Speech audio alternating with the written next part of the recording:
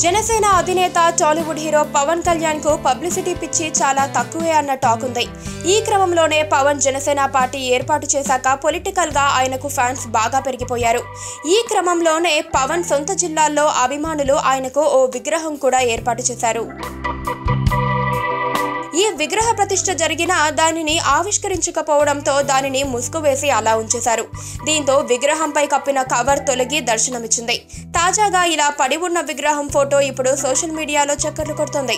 పవన్ సొంత జిల్లా తాడేపల్లిగూడెంలో పట్టణానికి చెందిన పవన్ వీరాభిమాని జనసేన నాయకుడు సీతల మోహన్ చందు ప్రధాన కూడలిలో పవన్ విగ్రహాన్ని ఏర్పాటు చేశారు.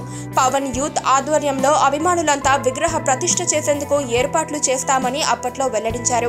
ఈ విగ్రహ ఆవిష్కరణ కోసం పవన్ అనుమతి తీసుకోవాలని కూడా అనుకున్నారు.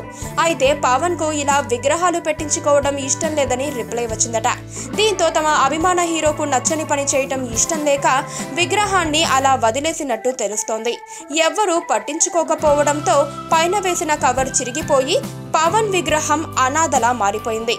మరి ఇప్పుడైనా జనసేన కార్యకర్తలు పవన్ ఫ్యాన్స్ దీనిపై ఎలా స్పందిస్తారో చూడాలి.